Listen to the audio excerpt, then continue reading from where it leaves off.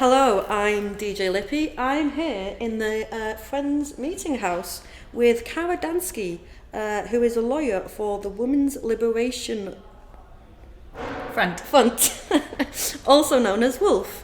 Hello, Kara. Hi, thank you for having me. Thank you for coming. You work for WOLF, as the abbreviation is. So everyone who works with Wolf is a member of the organization and works in a volunteer capacity. So Wolf does not have any paid staff at this time. Okay. Can you give a little bit of background on the organisation for people who may be listeners at home who haven't heard of you Sure. before? Yeah. So I should also say I do serve on the board. So I am serving Okay. in a leadership capacity. It's just that we don't have any paid staff. I just wanted to emphasize that. Yeah. So Wolf started out in 2014. It's an all-member, all-volunteer organization. And it really coalesced around the importance of having a true radical feminist fight in the United States because there was not a lot of radical feminism going on at an organizational level at that time. And so it was founded with the intent to bring a real strong and powerful radical feminist voice and radical feminist activism to the American political and legal systems. Okay, so you're looking to sort of challenge on a legal basis in many cases. I would say law and policy and unemployment. That's how it's developed, certainly over the last several years. Okay. Did I say unemployment? Yes, unemployment. I meant education. Okay. Excuse me. So I think many of our listeners may be aware of you with some of the battles that you've been fighting in local state legislatures and in the US Supreme Court. There's a very famous case, Harris versus EEOC.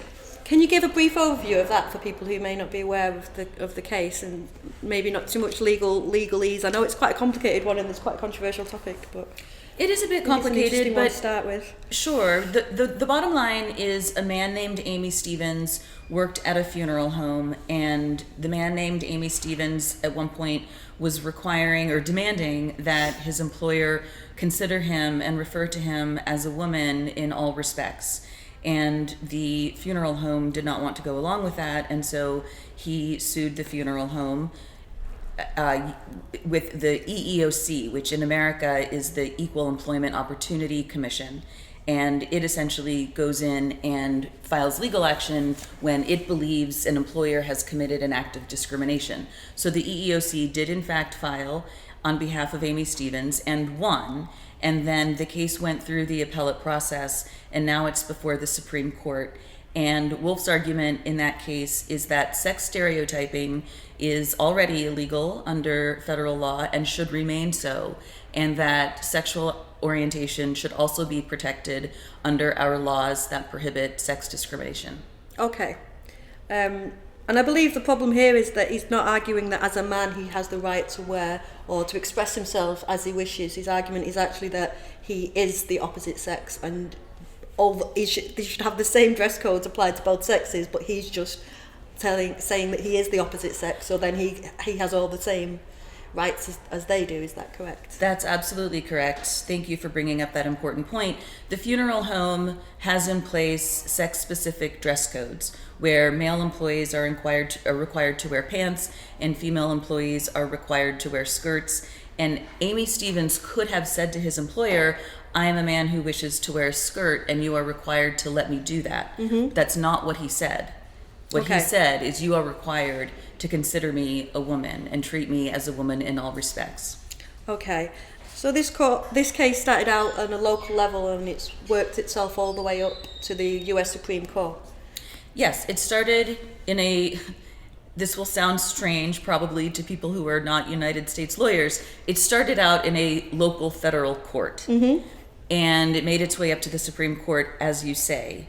And part of what we're dealing with here is that we have this somewhat odd situation in the United States, which is that the Supreme Court gets to decide which cases it will hear. Mm-hmm. So the issue of whether United States civil rights law should protect quote unquote gender identity has been before the Supreme Court before in much simpler cases. And Wolf filed briefs in those cases, essentially arguing that the Supreme Court should take up the question and should explain what the word sex means under our civil rights laws. But the Supreme Court just declined to do that in those previous cases, and we really can't speculate as to why.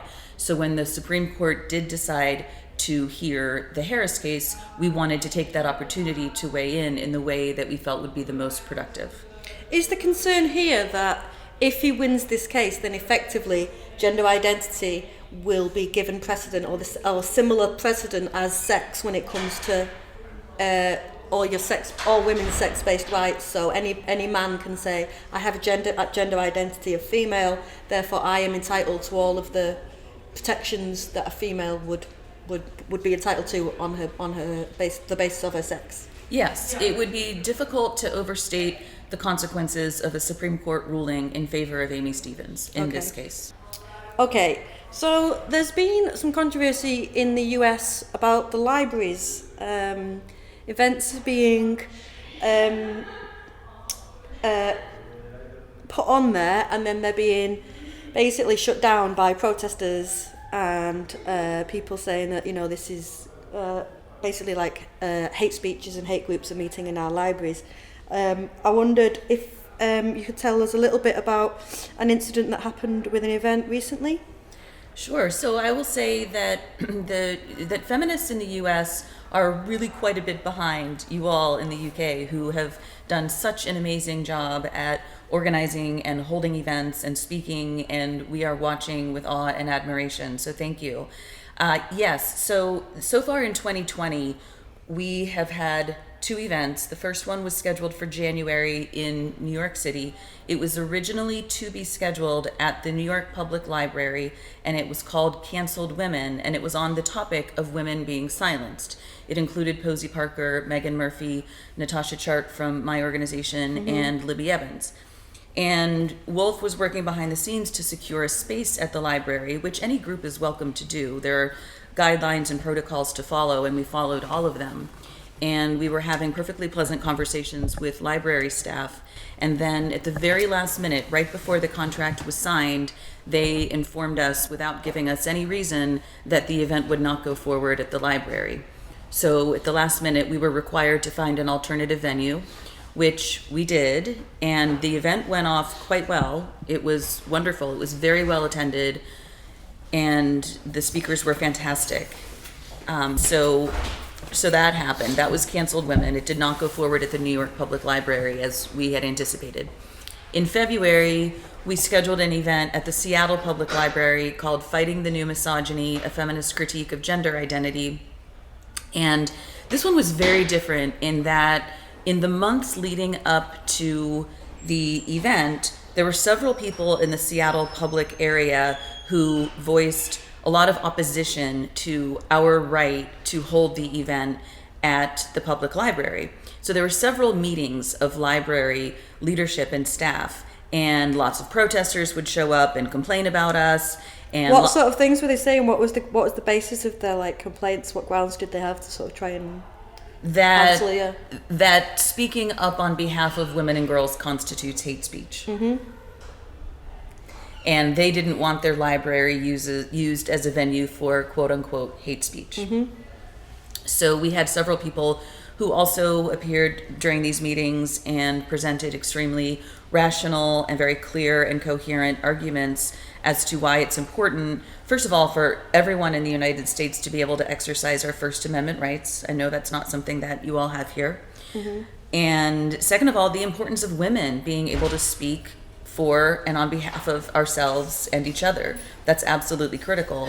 And to consider that hate speech is, first of all, totally misogynistic, and second of all, utterly nonsensical. So we had a lot of conversation on both sides. The library got to hear a lot of different viewpoints.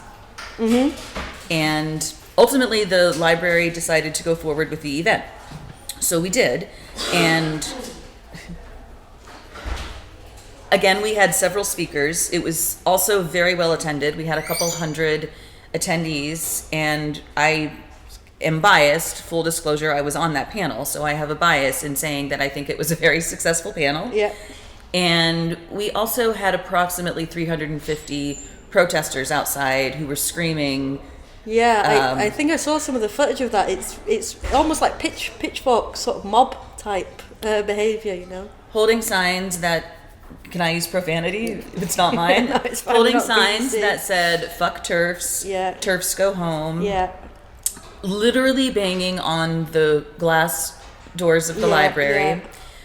It was a little bit unsettling to be speaking and listening to all of that going on, but we did it. We also had a small number of people who infiltrated, and by infiltrate, it was a public meeting and anyone could buy a ticket, so there was nothing nefarious about it, but there were some of our enemies who did purchase tickets and did enter and did cause a scene at the beginning of the event, and caused such a scene, in fact, that they had to be escorted out by security. Okay. I'm interested in what's happening in the libraries in America, because it seems to me that they're becoming almost like a battleground for this debate in a strange kind of a way. And I'm thinking back. I think there's a history of libraries being a battleground for free speech, and I'm thinking back in the day. I don't know, like, was it Moby Dick or something? Certain books were banned by conservatives, and they said this is filth, and this is. Not fit for children, and it shouldn't be in the public libraries, and they need to be removed. And it was liberals who fought for the right to have certain books and literature in public spaces. Is this correct? Do you know anything about that? I'm not an expert on that. I think that that's generally correct, and I guess I would also say that public libraries, for the most part, are public institutions. And what that means, why that's significant, is that it means that they are covered by the First Amendment. Yep. So they have a legal responsibility to honor the First Amendment rights of those of us who work and reside in the United States. Private institutions are not covered by the First Amendment. So that's in part why public libraries have become such a locus of conversation. And it's my understanding that throughout history, public libraries have been champions of speech and have pushed back on conservative efforts to ban certain books, as you say. Yeah, well, I think it's interesting now that it seems that this push is coming from the left. It's traditionally been something that we've seen as the right try to crack down and to control our access to information and to things that they think are sort of morally impure, if you will. And it feels like we've had a switch in the past few years, and I know it's the same in the United Kingdom. It feels like almost when you talk about free speech, even with my friends, it's almost like it's a dog whistle for alt-right sort of, Nazism or something, it's a strange position to be in. It's very strange, and I would add to the conversation not only libraries but universities. Yes, yeah. And it is an interesting switch. It's also a puzzling switch for me, because growing up as a leftist, I developed my leftist consciousness in terms of thinking about class and sexism and racism, and I grew up an environmentalist, and all of these values I still hold. I've not abandoned any of these values, including the commitment to free speech. Yeah, totally. Right? So I think many of us who consider ourselves on the left don't think we've changed our politics at all. Yeah. But there's something that's been happening in the social consciousness. Yes. And at least in the U.S., in America, in our politics as well. Yeah, I think I liked a really good way of describing it is that you've got squatters in your house. Don't leave your house. Keep your squatters out of your house, which I think many of us on the left feel that we're looking around and we're not really realising the environment that we're in anymore, and it's a bit of a worrying place to be in. But I mean, there is another argument which I've heard, because drag queen story time started, I believe, in US libraries, and the push, and it started in America, and it sort of blew up like wildfire. And initially, I think the concept was an admirable one, which was to teach children to be tolerant of diversity and basically gay people, really, wasn't it? And it's spread throughout the US, and they're held in libraries, and This is something that's increasingly coming to the United Kingdom, which I've noticed it. I went to the Manchester Central Library recently, and there's an entire programme of drag queen story time. And I know that this is something that has been opposed by people, gender critical people, and Wolf itself. Can you give a little bit of a breakdown of why you think drag queen story time, drag queens telling stories to sort of young children is a bad idea? So I have no idea if it started in the US, but I would have no trouble believing that is true. I think it's very difficult because I think that for a long time, conservatives were pushing back against the idea that gay people should be allowed to teach our children, or that children should be allowed to learn about same-sex attraction, let alone, God forbid, same-sex marriage. Yeah, well, we had Section 28 in the UK, which was literally a law that said you can't encourage homosexuality in children. So it's something that's still... So the pushback from the left against that, I think, was very well motivated. And I, speaking for myself, fully support the rights of gay and lesbian people to teach children and the rights of all educators to teach about same-sex attraction. Sure. I think that's a positive and healthy thing. I think there's a stark contrast between a gay man or a lesbian woman reading a story to kids, right? Just that.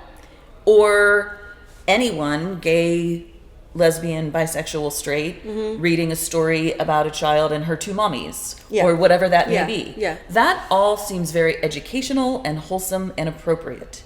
There's a vast difference between that and an image of a man who is dressing as a hypersexualized stripper being brought in and hosted by the library. We get asked this question, for example: why should we be able to speak at libraries if we oppose drag queen story hour at libraries? Yeah, well, this was I think it's quite an interesting point. It's use freedom of speech, but then you want to limit their freedom of speech to come in and speak in the library themselves. So the argument there is just that what Wolf did at the Seattle Public Library was just borrow space, which any group is constitutionally permitted to do. It's a different thing for a library itself to sponsor a drag queen story hour. And to be clear, these performances, we could and should have the debate about whether these performances constitute First Amendment protected speech. I suppose that's a valuable debate to have. I've watched some of these performances and watched what some of these hypersexualized, scantily clad men are doing in the presence of elementary school aged children. Yeah. And I would hope that most of us on society would come out and say that is not appropriate for children.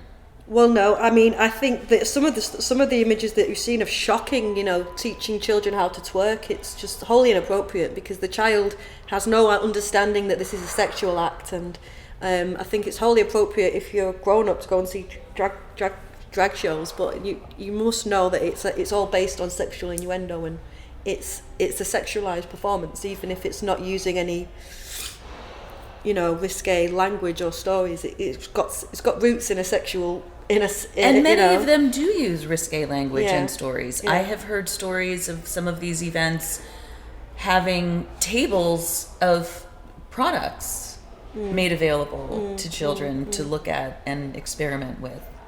Okay. Well, I think it's a difficult one. It would be nice if, and I think there was a controversy in Scotland recently where a drag queen was invited to a Scottish primary school, and her stage name was Flowjob, and had a hypersexualized Instagram account, which was then put pictures of the children onto the Instagram account, and it became almost like a culture war thing because a lot of people on the left, Maria Black is a famous SNP politician who's known for her inverted brackets liberal stance on gender identity matters, and she basically called everybody bigots and said that you're only opposing this because you hate gay people, basically. And a lot of people stormed into the defence, and the argument seemed to get dragged down that this is actually inappropriate for children, because again it comes back to the almost the idea that it's inappropriate for children to be around gay people, which is not the issue at all, is it? And isn't that just a scandal for that to be happening on the left? For anyone who is quote unquote a liberal or leftist to be saying that it is bigoted to take a position against Drag Queen Story Hour at a public library for elementary school age children, and it makes us anti-gay. Yeah. I just think that's outrageous. Well, I mean, as well, I think that this particular case, it was at a primary school which had a rainbow club. So its primary school is children 11 and under. And I don't think 11-year-olds understand sexuality. I mean, I didn't understand. You're not out when you're 10 or what have you. So I don't understand why they had a rainbow club. You know, it's good to encourage people to understand diversity. But the argument that this is going to help young gay children, I was a tomboy myself, and if I would have seen that would have reinforced to me the message that I wasn't a woman somehow, because that's what a woman is now. And, you know, I think a young gay boy trying to understand his identity, I don't see this hypersexualized clownish figure as making him feel more accepted. I don't understand how this is supposed to help children who are same-sex attracted to feel like, I guess, normal about it all. Like that's a legitimate thing. Yeah. If we're going to be teaching sexuality and sex education to preteens and teenagers, which we should, then we absolutely should be allowing children to explore attraction, whether they're same-sex, both sex, or opposite sex attracted. Yeah. And also learning more to accept parents, right? You know, that was a big thrust of it, was that gay and lesbian people were not allowed to marry in my country until 2015, or at least were not allowed to marry all over the country until 2015. And adoption has been a huge controversy. And there are a lot of gay couples, male and female, who have children either through the process of adoption or otherwise. And I think that those parents have had challenges being accepted sometimes in their communities as legitimate parents. And those are really important conversations to have, and to accept these parents as parents. And it's not bigoted to then also think that Drag Queen Story Hour for children is a problem. Yeah. Well, again, it just feels like it's becoming a culture war issue, which is about left versus right, when actually it's more about this is just about safeguarding children and what's really appropriate, and you know, messages that we're giving out to kids. I think it'd be great to have, you know, gay fire people, gay doctors, mechanics, people coming in, you know, diversity story hour. You could have somebody in a wheelchair coming in, a refugee coming in, have a story about that topic. Children can ask questions.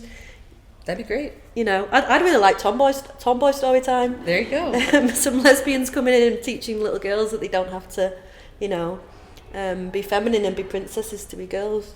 You know, how great would that be?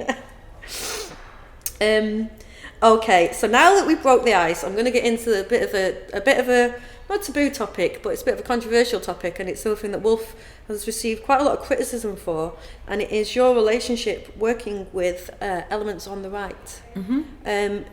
And I just wanted to know, give a bit of background into that. What groups are you actually affiliated with, and in what ways do you work together when you are opposing like things in like a state legislature and making legal challenges and things like that? What kind of a relationship do you have with these groups? So there's a complicated answer to that, but maybe I could just start out by saying a lot of this controversy started when Wolf received a grant from the Alliance Defending Freedom, which is a far-right Christian legal organization, several years ago, in order to fund our legal expenses that we had incurred when we filed a lawsuit arguing against the protection of gender identity in law. So a lot of people got very upset about that, and that caused a lot of controversy. It is still very controversial, even though that's the only time that Wolf has ever accepted money from the Alliance Defending Freedom. It was a one-time grant 4 years ago. How much was the grant for? $15,000. Okay. And by the way, this is all completely public. This has all been aired in the public sphere. So that's kind of what started the controversy. And then as time wore on, the group Hands Across the Aisle got started. For anyone who doesn't know, Hands Across the Aisle is a group that includes many people from the UK, actually. And it's for women. It's a women-only group for anyone of any political persuasion who wants to join with other women in protecting the rights, privacy, and safety of women and girls. That's what it is. And so that got formed at around the same time. Also at around the same time, Hands Across the Aisle did an event at the Heritage Foundation with 2 radical feminists and 2 conservative women called Biology is Not Bigotry. I think I might have seen this one. Was it like a couple of conservative sports people? Yes. Is it like a Catholic radical feminist or So they were, the 2 radical feminists were Miriam Ben Shalom, who is a long-term second-wave feminist lesbian, and Mary Lou Singleton, who is a practicing midwife. And they both brought the radical feminist perspective. I think the sportswoman you're thinking about is a woman who came from North Carolina. She's active in the state Republican Party in North Carolina. The other one is Kaylee Triller, who was one of the founding members of Hands Across the Aisle. She is also a conservative. She was an athlete, but she was mainly there to talk about the impact of mixed sex spaces on sexual assault survivors. Yeah, well, I don't know. I recommend people to go and watch that video, because I watched it not knowing any of the politics of the Heritage Foundation and the controversy around this connection, but I actually found it really powerful. I thought the speeches were really moving. I actually thought the fact that you had radical feminists and then this conservative woman basically on the same page when it comes to respecting women and girls' dignity and their concern, although they are, I don't know their political beliefs or religious beliefs, but you can tell genuinely that this is a genuine concern for women and girls and privacy and things that are, across the board. We can all agree that that's it doesn't matter what God you pray to, or if you don't pray to a God, or you think God's like, the patriarchal embodiment of evil. Like, you all can understand that women are vulnerable and deserve respect and privacy and dignity. Yes, and to name ourselves as women. Yeah. So that happened. That particular event did not generate too much controversy. I will just say, for anyone who doesn't know, the Heritage Foundation is in fact a conservative think tank in the U.S. Yeah. I mean, it is. No one's trying to hide that or sweep that under the rug or anything. So that happened, and as things sort of developed, we started to see the evolution of the Equality Act in Congress, which in some ways is very similar to your proposed GRA amendments. They're not identical, but they're very similar in terms of the effect that they would have on the ability of women and girls to protect ourselves in law and in private spaces, in intimate spaces, I should say. And as these things developed, we started to talk more with some of the people that we had met along the way who are more conservative. So some of the members of Hands Across the Aisle, some of the attorneys in Alliance Defending Freedom, some of the advocates at the Heritage Foundation. We came to know an organization called Concerned Women for America, which is a group of Republican women. I met them in connection with my my subsequent appearance at the Heritage Foundation in 2019.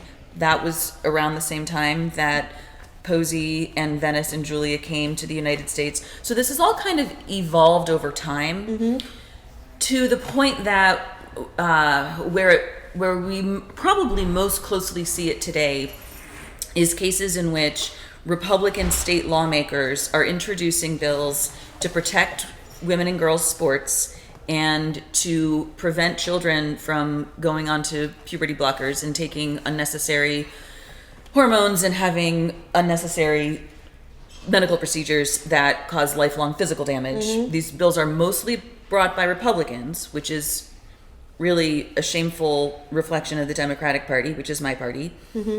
And they have frequently invited us to testify on their behalf because they know we bring a left-leaning radical feminist perspective to the discussion. Okay, I mean, I think a lot of the criticism that I see of it is about the politics of the people that you are working with, and I think that maybe from an English perspective, we don't have the same right wing as America does. Our right wing is we don't have a very strong fundamentalist religious element to our right. It tends to be. Congratulations. Well, you know, we have the Tory party, which are their own particular brand of evil. But I think we are fortunate in this country in that we don't have to battle as on the left. But I think that a lot of the criticism is that, you know, you are working with people, you pretend to care for like women's rights and lesbian rights, yet at the same time your partners are working to remove their rights to be married, to have children. So there's an inherent conflict there, and can you understand that the arguments that there are for sort of basically sleeping with the enemy, I suppose. Yeah, and there are people in the U.S. who make the same arguments. Mm-hmm. So, first of all, I'll just say the phrase "sleeping with the enemy" is really unappreciated, because the insinuation that we are somehow having sex with Satan is just kind of gross.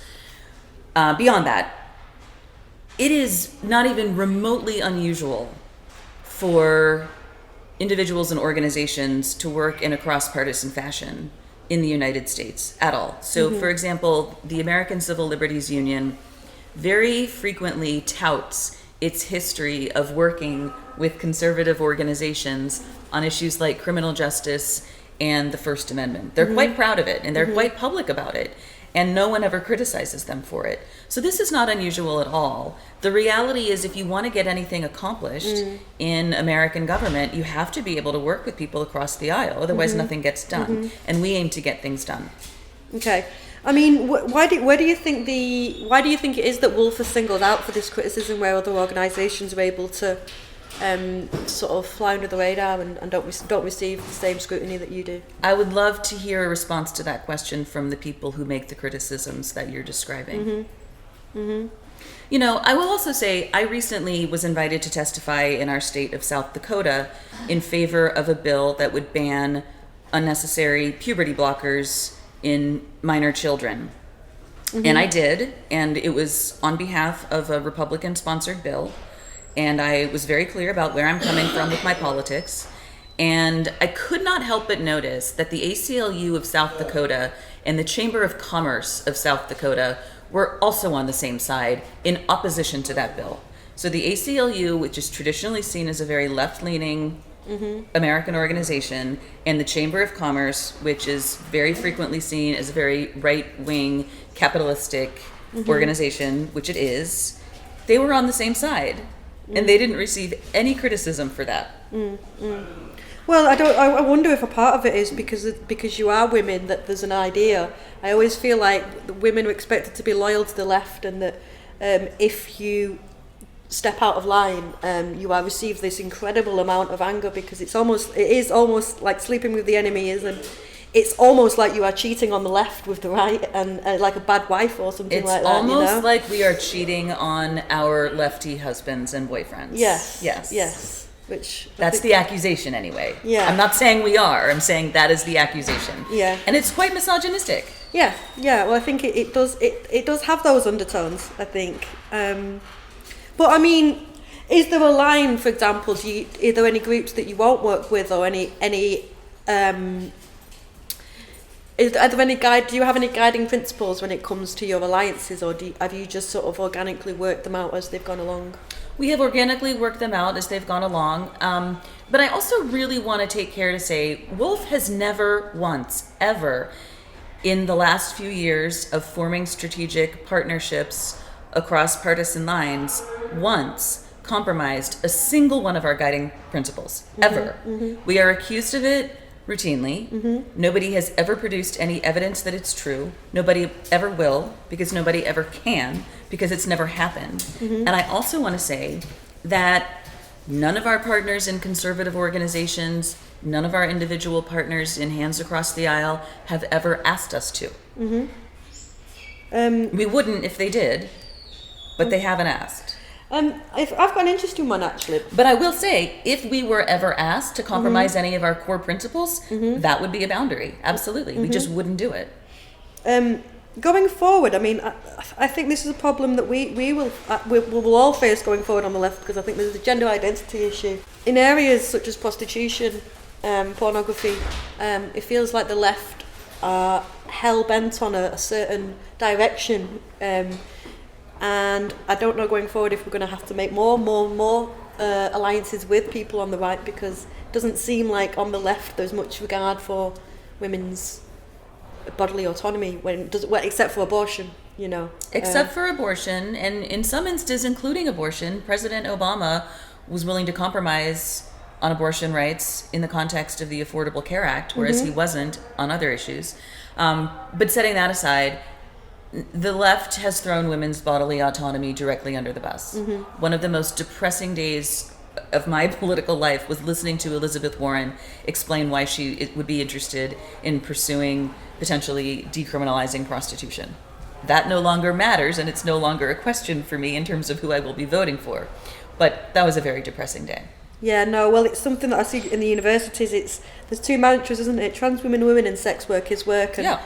I'm from a working class background, and to me, I just find it scary as anything, because I think come on now, you know which class of women it is who's going to be doing all this prostitution when you make all these mega brothels, and it's not going to be your class of women, is it? You're at university and you're from a nice family, and you can but that's espouse this the because you're problem. protected from it. And as a working class woman, I think we had the cases in Rotherham, a lot of grooming cases, and a lot of those things. I mean, people talk about the racial elements, but a huge problem was the class element, which is working class women are heavily sexualized in this country, and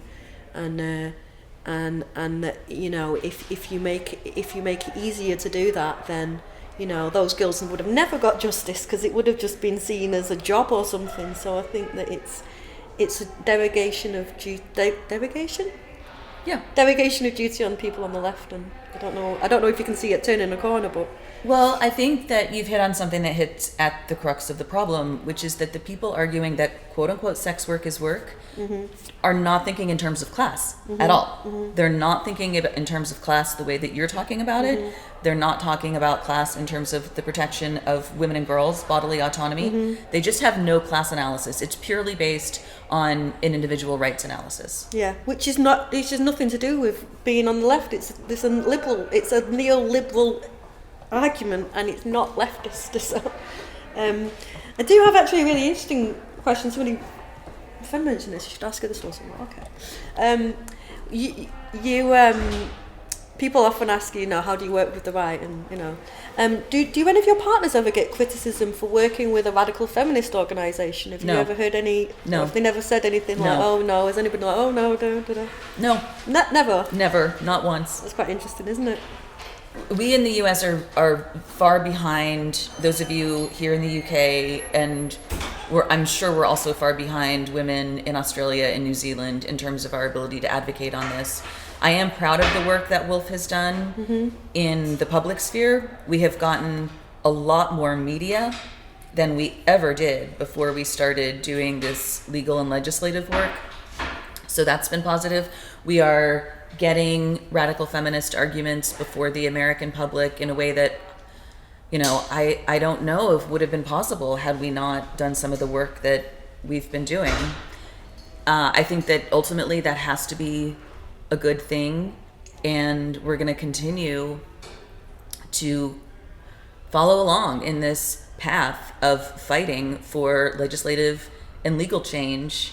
And I'm, generally speaking, on this topic, not optimistic, but I will say, given the number of state bills that have popped up in the last couple of months, specifically on the topics of saving women's sports and on protecting children from unnecessary hormones and surgery, I am allowing myself to be a little bit optimistic that this conversation is at least getting an airing. It's at least getting some attention. People are at least starting to pay attention in a way that definitely was not true 5 years ago. Yeah, well, green shoots of change, perhaps. I mean, sometimes it's 2 steps forward, 1 step back, 1 step forward, 2 steps back. It's forward and backwards, but I think you're right. I think that it's the more it enters into the public consciousness, the more people think about it, the better it is for us. Because I think that